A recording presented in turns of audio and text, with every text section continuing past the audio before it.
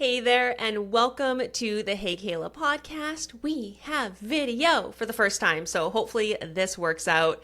I am obviously your host, Kayla Evans, and in this episode, we are chatting all about owning our time and doing whatever the hell we want with it. Because this past week, after I posted my usual Coffee with Kayla selfie on the Monday of this past long weekend, we have some coffee, we have some inspirational quotes, journaling prompts to get our week started.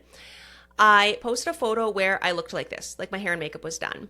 And no sooner had I posted it, but I got a few DMs asking why I was all done up, why I was working on a weekend, why I wasn't at the lake relaxing somewhere. And my response was, and the truth is, because I was working that day. I actually worked the entire long weekend.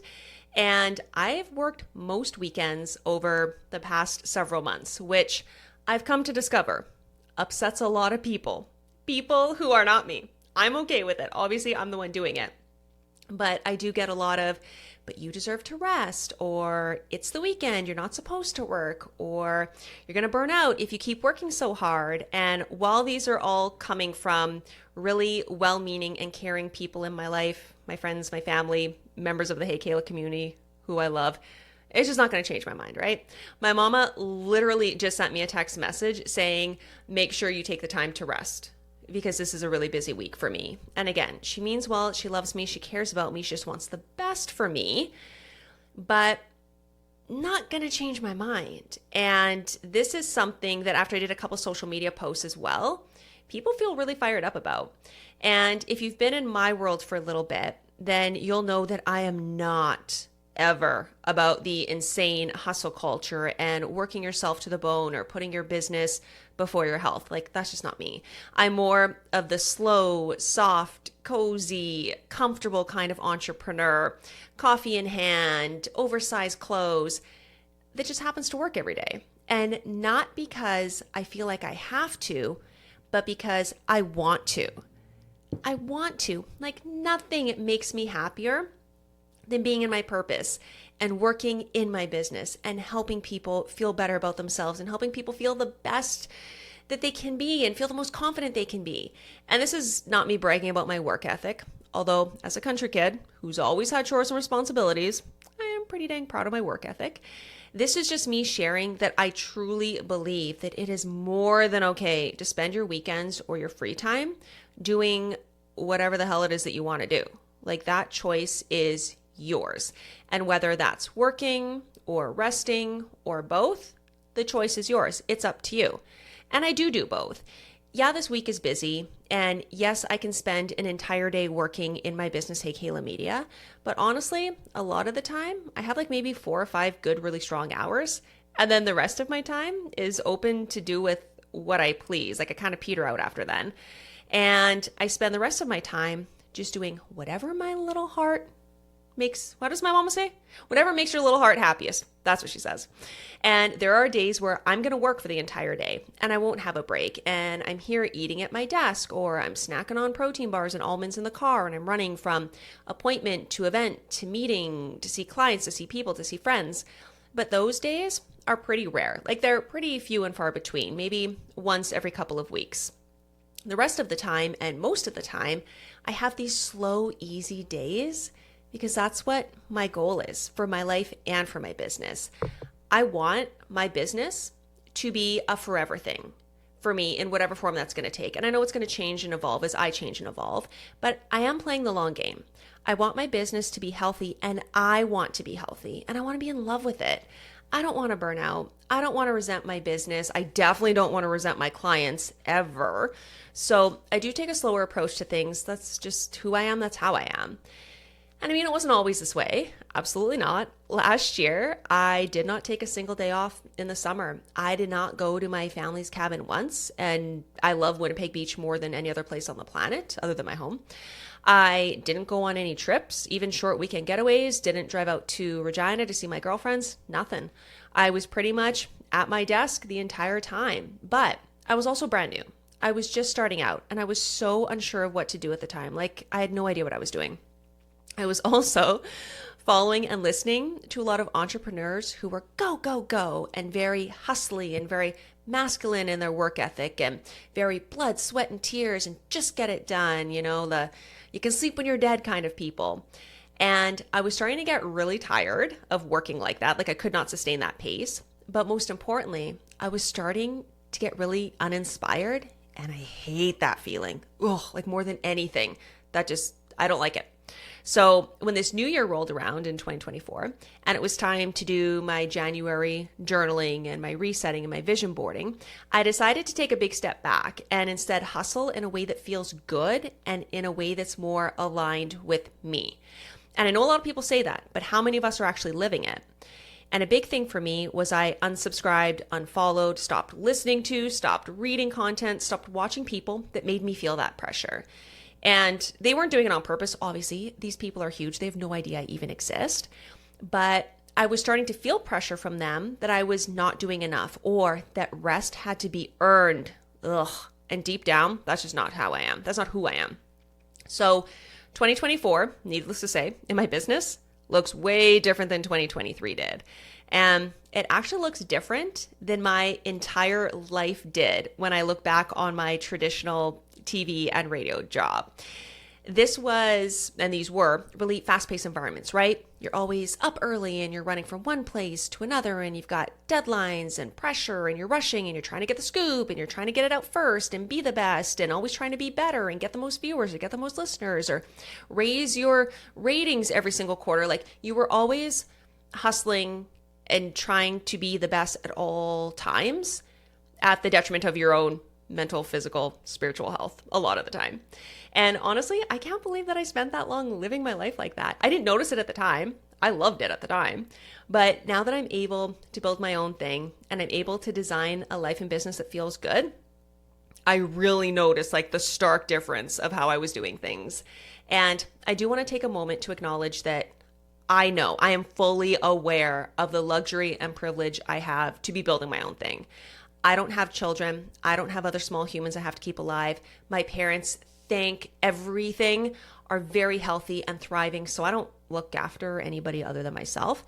And I know that not everybody lives a life like that. But I do hope that whatever situation you're in, you are living a life that makes you feel inspired and happy and makes you feel good. And I want you to know that if you are working on your own thing or you have a side hustle or you have a passion project that's lighting you up right now, it's okay to work your own schedule and it's okay to work at your own pace. You can do whatever you want to do in most situations. And you shouldn't feel guilty about how you choose to spend your time. And I'm going to back up. I'm not going to say should. I shouldn't say should because I hate being told what to do. So I'm going to say maybe just consider if you'd like how you want to spend your time and then do it, like actually follow through with it, because that's the other side of things, right? Also, on the other side of things, if you do take a long weekend or a day or an entire afternoon to rest and read books, watch movies, go to the spa, hang out with your family, then you don't have to feel guilty about that either, right?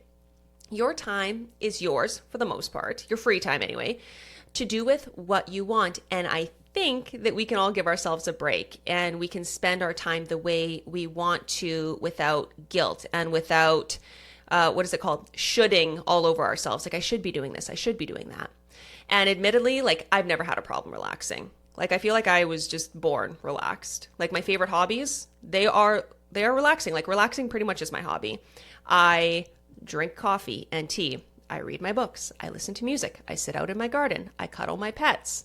I walk, I do yoga. Like, those are my favorite things. I meditate. Like, those are things that just by nature are relaxing. And I've also never felt guilty about doing those things because I love them so much. Why would I feel guilt over something that I love so much? But I know that that's also an area where I'm different and the cheese stands alone. This is my dad always used to tell me when I was a kid and I was doing something weird, the cheese stands alone. And I know this because my mama and my best friend are very type A busy go-getters who cannot freaking sit still. Like, I honestly feel like they physically could not take an entire day off just to rest and do nothing if like $1 million was at stake. They are incredible mamas and human beings and badass women out there doing the thing. but I don't think they know how to take it easy or relax. It's actually the only thing they fail at is relaxing. And I know that they're not the only ones out there. I'm sure there's a ton of people. I know there's a ton of people, right? And maybe you're one of them that if you, let's say, took an entire afternoon off and you got cozy on your couch all curled up and you ordered some greasy Chinese food and you watched some trashy reality TV, that would be painful for you. Like that would physically be painful for you. Or maybe after the first episode was over or the spicy nudes were all done, you would be thinking, okay, what else should I be doing right now? Or you'd be, looking around the room at everything that needs to be tidied or straightened or dusted or replaced or repaired. Like that's just how your mind works and that's just how you are. And I want to just say again that rest isn't supposed to be earned. It's supposed to be integrated with your working life, with your home life, with your working time. And I do know from personal experience, and I do 100% believe that yes, there are seasons in your life when you're going to be busier. Like there's no doubt about that. Like things are going to come up, life changes. If you are launching something new, or maybe you're starting a new job, or you're moving homes, or maybe you're a brand new parent, yeah, you're not going to have a ton of leisurely hours to just sit around doing nothing on your couch, relaxing and breathing deep and hanging out being cool. Those are seasons of your life where things are hectic and you're busy and you're always going to be on the move. But I also don't think that that's sustainable for super long periods of time. And eventually your health, emotionally, mentally, spiritually, physically, it's going to start to buckle a little bit or it's going to start to buckle a lot. And personally for me, when I've been in those seasons, I just try to find smaller pockets of time to try to fit in rest. And it's like that for me during the hockey season. So next month, starting in September, when preseason starts for the Jets, as well as running my own company and working with some really big clients year round, I'm also one of the in-game hosts for the Winnipeg Jets and the Manitoba Moose, which I love. And it's a joy to do, but it does really fill up my calendar. And there are solid weeks where it's homestands, and especially December and January, especially if you're Ukrainian, like you celebrate all December, all January, you've got birthdays, you've got holiday gatherings to go to. And I don't get a whole afternoon or a whole Sunday a lot of the time to take off. But what I do then is I find these like smaller pockets. So in the morning, like I'll get up a little bit earlier, I'll sit with my coffee, my book by the window, watching the sunrise. Again, my hobbies are very relaxing. Or if it's an afternoon game, when I come home, I'll just turn off my cell phone, spend a couple hours doing whatever I want to do, usually ripping off the makeup and reading a book before I jump into making dinner or throwing a load of laundry on, right? And I do think that if we just get like a little bit creative, we can always find ways to create those little pockets of time to rest and recharge. And outside of parenting or our caretaking responsibilities or our job responsibilities, that yes, you have to do those things. Your time is yours. And I do believe that. A couple years ago, I was listening to a Lori Harder podcast. She does the Earn Your Happy podcast. I love it. I've loved her for years. And she had said, there's nothing on your calendar that you didn't allow to be there. Everything that's on your calendar, you chose and you agreed to. And it was a smack in my face. I still remember it all these years later that, yeah, you have to take responsibility for your schedule. Well, you don't have to take responsibility for your schedule. You can put the blame elsewhere, but life becomes easier when you take responsibility for your schedule. And even times where I'm complaining that I'm so busy, where there's so much to do, I did that to myself. I said yes to those events. I agreed to do the things. It was my choice. There are some things you can't say no to, but there's a lot of things you can say no to. And even back in my corporate days, I was choosing to work in these fast-paced environments. I was choosing a job that had me getting up at 2 a.m. and screwing up my sleep schedule and my eating habits and making a mess of my life. Just like I'm choosing all the things in my life right now. We all are, right? And that reminds me of this super cliched quote. You see it all the time on Pinterest or Instagram, but it says, whatever you aren't changing, you're choosing. Oh, ouch, right? Oh, that smarts a little bit. But we always have the choice. That's the great thing about being human beings. That's the great thing about being adults. You have a choice. And I'm not saying that the choice is always clear. And I'm not saying the choice is always easy. And I'm not saying the choice isn't going to be scary as all hell to choose something different or to even make a choice in the first place, but you still have the power to make a choice and choose something different than your current circumstances.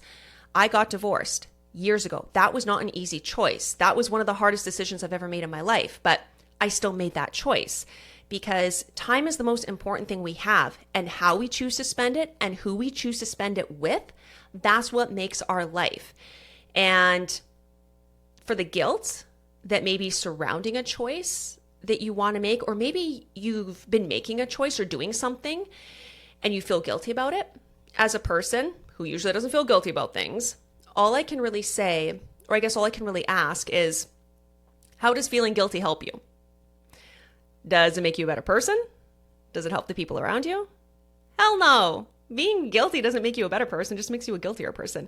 It just makes you feel worse, right? And then that's reflected throughout the rest of your life, and you're spreading that around, and the people in your life aren't getting the best version of you. They're getting like a sad, guilty version of you. And again, I'm no longer a wife and I'm not a mother, so I don't suffer with mom guilt. I hear that that's a whole other realm and I can't say anything about that. But as a daughter, the last thing I would ever want my mama to feel is guilt over what she was or wasn't doing.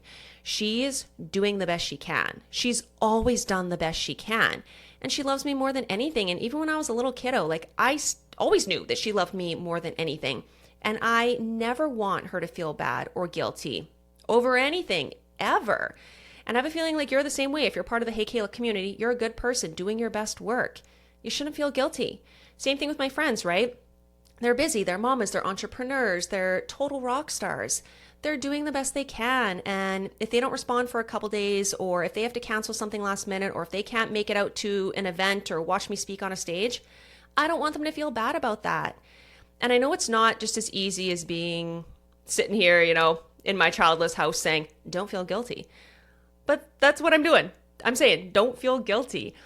It's not going to work, no. And maybe one day I'll get an expert on here and we'll talk more about guilt and I'll get some more concrete examples for you. But I will leave you with this. The people who love you don't want you to feel guilty. They want you to be happy. They want you to feel like everything's good, because it is.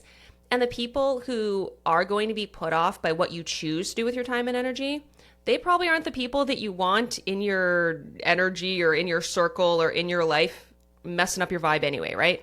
Like, get rid of them. So again, it's like my mama always says, do whatever makes your little heart happy and try to alleviate some guilt going forward this week if you can.